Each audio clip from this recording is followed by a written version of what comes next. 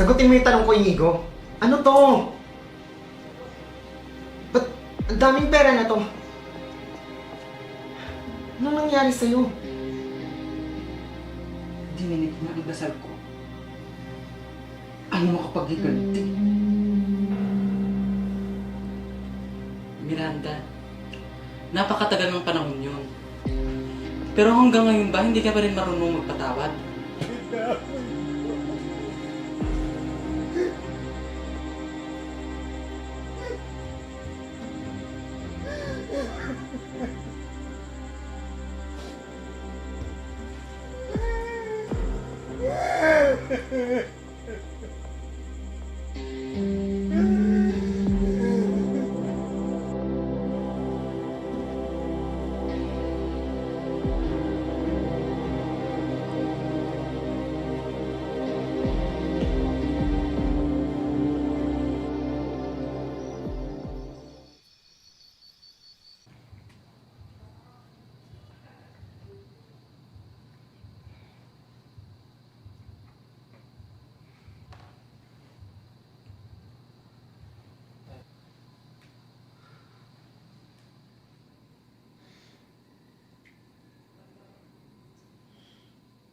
Inigo! Inigo!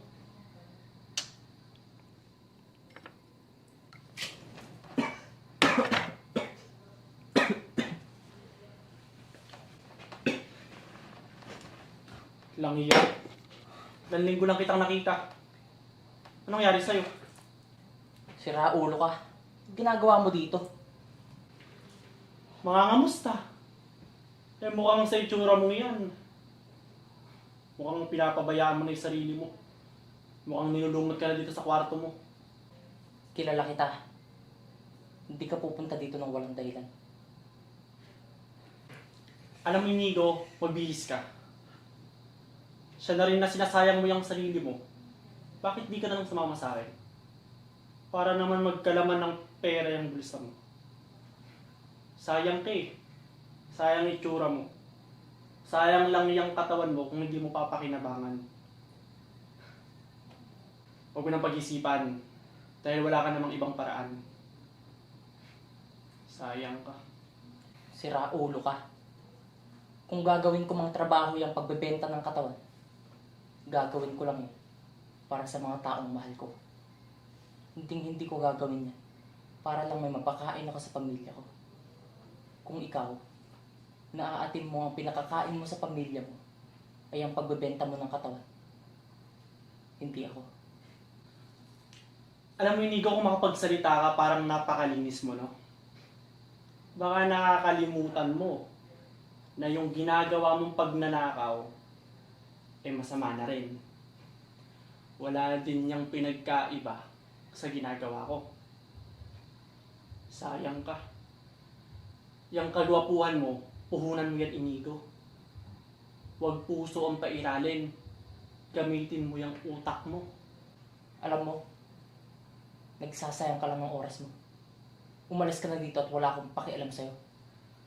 Kaya kong mabuhay nang hindi humihingi ng tulong kahit kanino. Ang init ng ulo mo, Inigo. Tingnan lang natin kung hanggang saan galing mo. Sayang. Marami pa naman akong bagong kakilalang parokyano.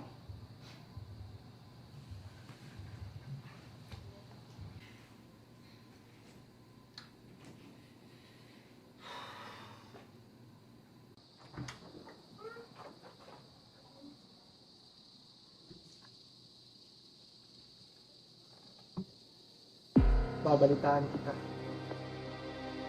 Huwag kang mag-alala. Kakapit at kakapit din sa patag ko.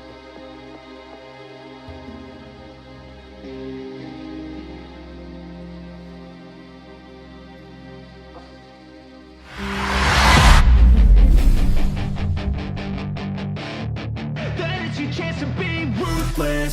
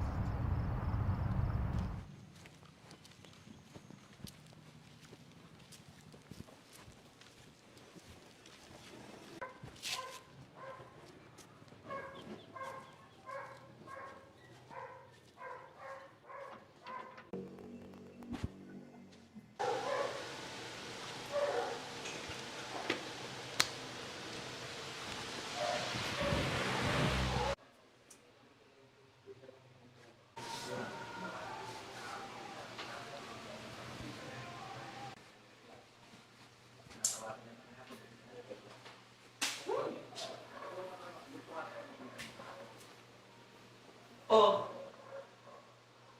Ha? Ginagawa mo dito? Huwag mong sabihin pera na naman ang dahilan kung bakit ka nandito. Pagkakaalam ko, wala namang iloob sa'yo si Miranda. Pero talaga, ang pera. Ano naman tayo eh. Alam mo, sa tuwing nakikita niyo ako, ang iinit ng ulo niyo. Wala, ang kakakitapandaan yan. Pero si Miranda yung gusto ko makausap, no? Kaya, tawagin mo siya para makausap ko na.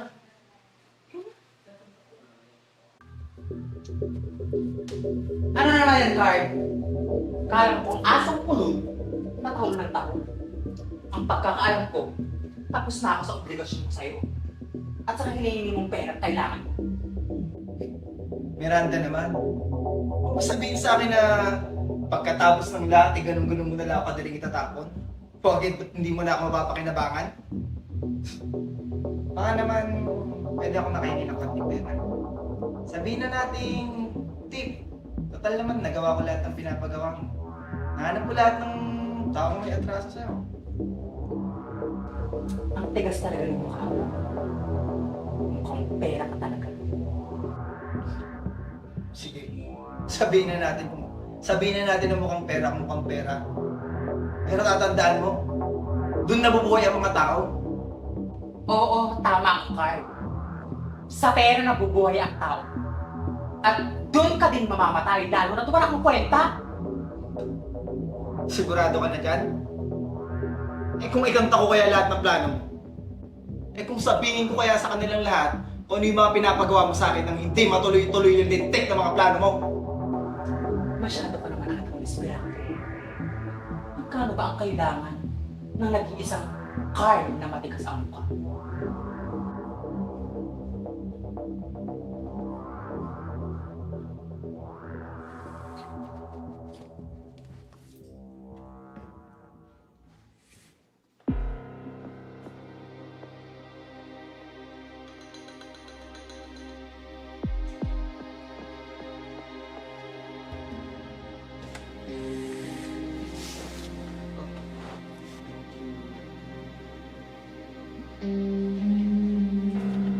How's your night, Carl?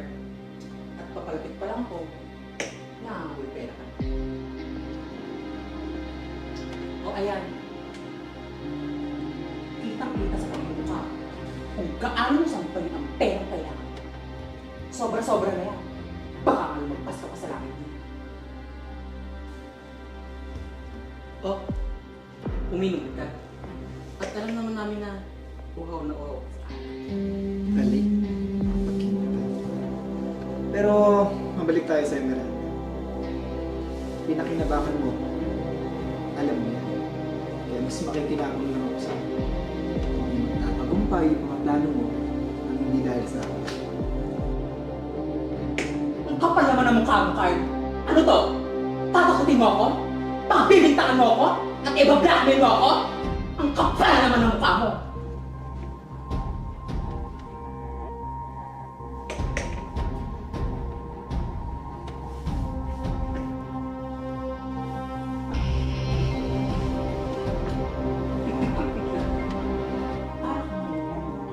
Patay na.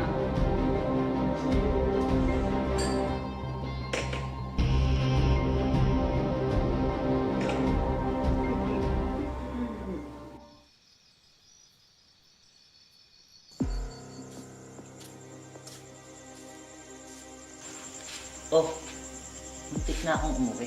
At kanina pa ako inip na inip kahit hintay sa'yo. Ano na? Handa na ba yung sarili mo? Baka naman mapaya ako sa nakausap ko. Baka naman kung kailan nandun ka na tsaka kung magbago yung isip mo. Ay nako, sinasabihan na kita. Ngayon pala magbakot ka na kung hindi mo talaga kaya. Handa na ako, Chris. Tara na. Basta, siguraduhin mo lang na malaki kikitaan ko pera dito ah. Akong bahala sa'yo, my friend. Relax ka lang kasi.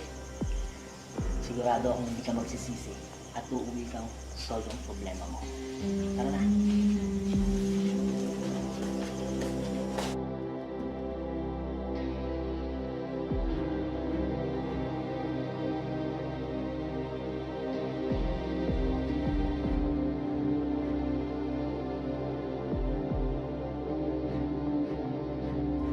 Miranda, ngayong alam mo na kung nasan sila at mukhang inilalapit pa sila sa iyo ng tadhana. Anong plano mo? Maglalaro ako. Maglalaro ako ngayon, Elena. At siguradong pati ikaw ay matutuwa sa gagawin ko. Oras na ng panik.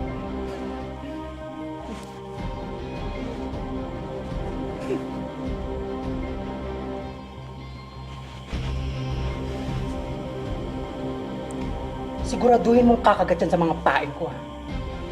Mamaya, tatawag ulit ako sa'yo. At sasabihin ko kung saang lugar. Huwag kang tatanga-tanga, ha?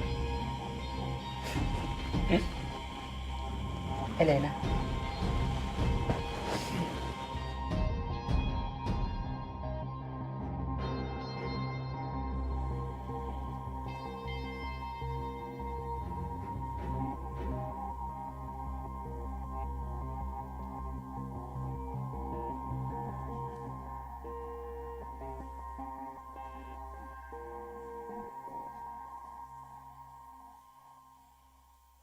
Nang huling araw na mahawakan mo ko sa liig, Miranda. Pagkatapos nito, pasensyahan na tayo.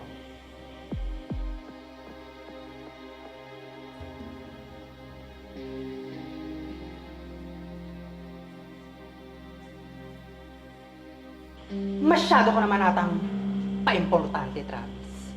Kanina pa ako naghihintay sa'yo. Nandito na ako.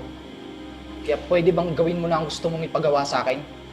Hindi yung ang dami pang sinasabi. Matapang ka naman masyado. Pagkatapos ng ginawa mo sa akin, nakukuha mo pang magmatapang? Hindi ka talaga natatakot sa pwedeng mangyari, ano? Pwede bang huwag ka nang magpaligoy-ligoy pa, Miranda?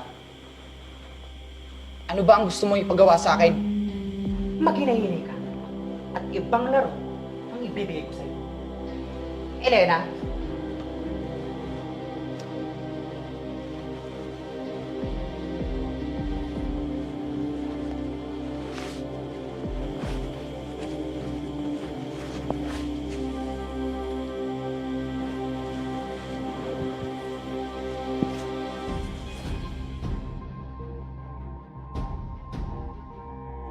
Langya, napakatagal. Siya na nga lang yung may kailangan ako pa pinaghihintay.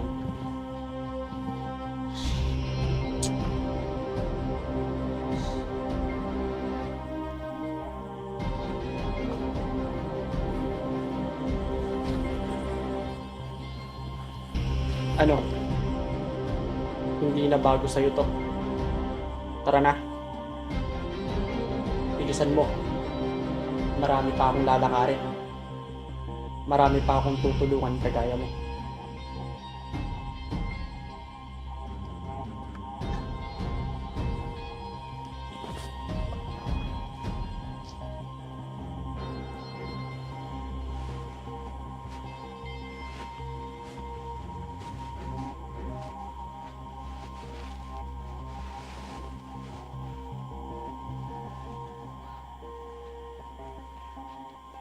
Niloloko mo ba ako?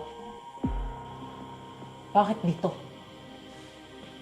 Hindi mo ba alam na bangungot ang nangyari sa akin dito? Pagkatapos dito mo ako dadalhin? Hindi ko alam kung kaibigan nga ba kita? O ikaw mismo ang papatay at magpapahamak sa akin? Kaya hindi mo ako katulad. Oo, masama akong tao. Pero hindi ko kayang ipahamak ang mga kaibigan ko. Dahil kahit papano, may natitira pa rin mabuti sa pagkatao ko. Dahil ibang-iba ka na. Napakamakasarili mo. Sarili mo lang yung iniisip mo. Kyle, kilabutan ka naman sa ginagawa mo. Ano? Dahil sa pera? Dahil sa pera, kinalimutan mo na isa ako sa mga kaibigan mo.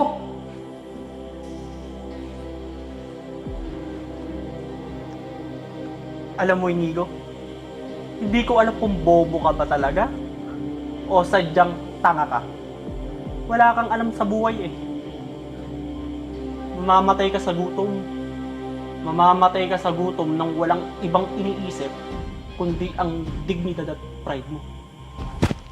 Makakain mo ba yan, Inigo? Di ba kailangan mo ng pera? Kailangan mo ng pera para hanapin yung taong nang iwan sa'yo pagkatapos mong isakripisyo yung dignidad at puro yun. Eh, paano kung andito yung taong pinakamamahal mo? Yung taong nang iwan sa'yo.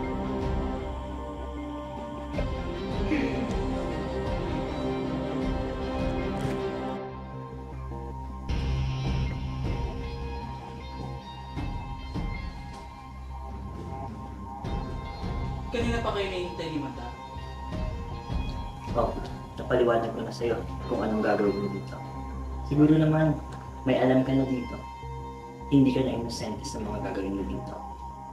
Sumama ka na sa kanila. Tawagan na lang kita. Kung ibibigay mo na yung porsyento ko. Oh, suit mo bago ka pumasok. Wala ka namang ibang gagawin dito kundi ang mag-enjoy. Right, Sis Mars? Yes, Sis Mars.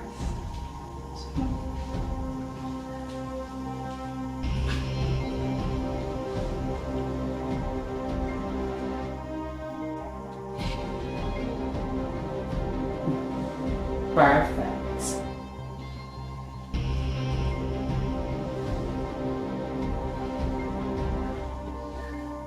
Let's go.